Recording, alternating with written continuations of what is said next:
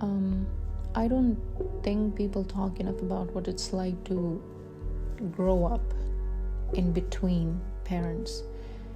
Not abused in a way you can show, or not neglected in a way anyone else notices. You're kind of trapped in between them. You wake up every day and the air feels so heavy, and you hear your mom moving around, and you don't know if she's going to be kind to you today or angry today or spiraling into some worry that you cannot fix. And then you see your dad sitting there, and for a split second you feel relief, and then nothing, and then guilt because he's there but he's not really. It doesn't make a difference. And you're trapped inside a house where love existed and care existed, but safety didn't. Where things seemed normal to everyone else, but every day to you felt like walking on a tightrope. Where your parents might love each other, or love you, or love someone, I don't know, but it never made the air easier to breathe. And when you're a kid, when you're a child, you don't think in big words like broken or imbalance or dysfunction or trauma. You think in instincts. You learn how to read footsteps before anyone says a word. You learn which doors are safe to open and which ones will trap you in someone else's mood. You measure the room with your stomach, not your eyes, counting how long before something explodes or something collapses. And you learn fast that you cannot rely on anyone to make you feel safe, so you do the only possible thing you can do in that moment. You learn to disappear a little every day, so no one notices you too much or too little, so nothing breaks and you can just survive the day.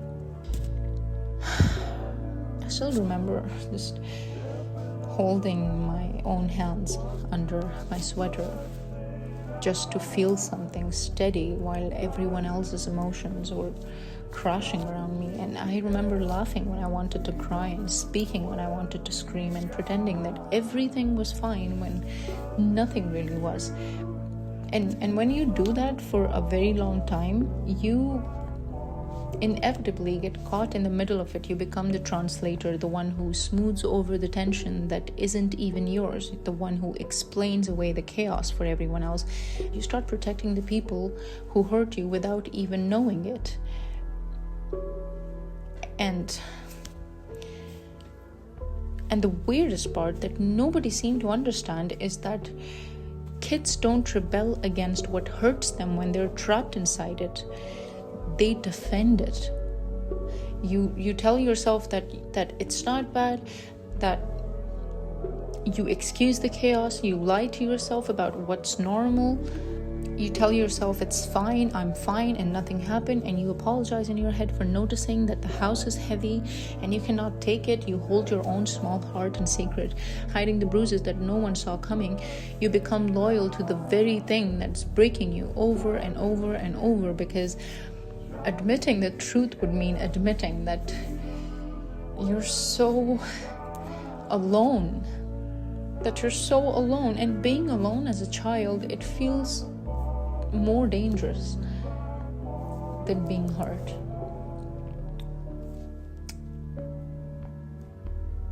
So you do the only thing that a child can do. You adapt. You stop needing things, you stop asking questions, you stop trusting your own reactions, because every reaction feels like it might make things worse. You carry the weight of everyone else's moods while trying not to feel your own. And you grow up so fast, but so hollow. You feel so empty inside. You grow up with the taste of anxiety in your mouth, with the knowledge that love can feel like punishment, like an absence can feel like survival, with the constant fear that wanting anything for yourself is selfish. Anything as small as asking for a glass of water, or staying in your room a little longer, or laughing at something funny, or speaking up when you're hurt. Anything that even hints at putting yourself first, it feels like a betrayal. And then years later, you grow up and it starts showing. You realize how much of yourself you gave away to survive.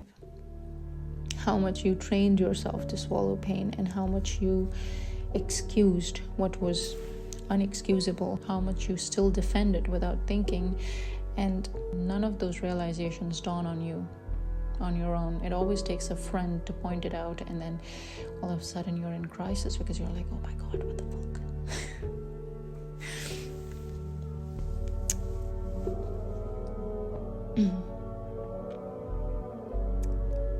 It's so weird how it all comes back to you in flashes sometimes. The quiet dread of walking into the kitchen, not knowing if someone would explode today. I remember clutching a book so hard so I could pretend that the world was elsewhere.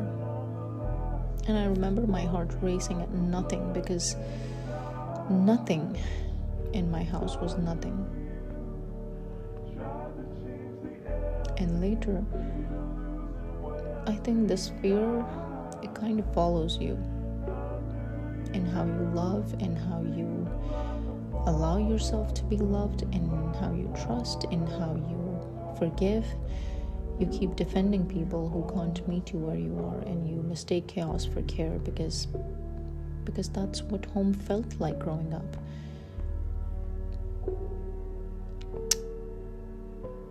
I wasn't strong, I wasn't mature, I was just surviving, and it left cracks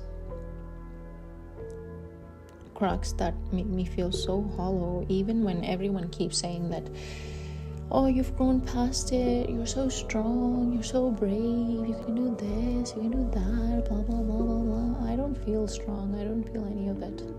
I feel so empty. I feel so empty talking about this even right now.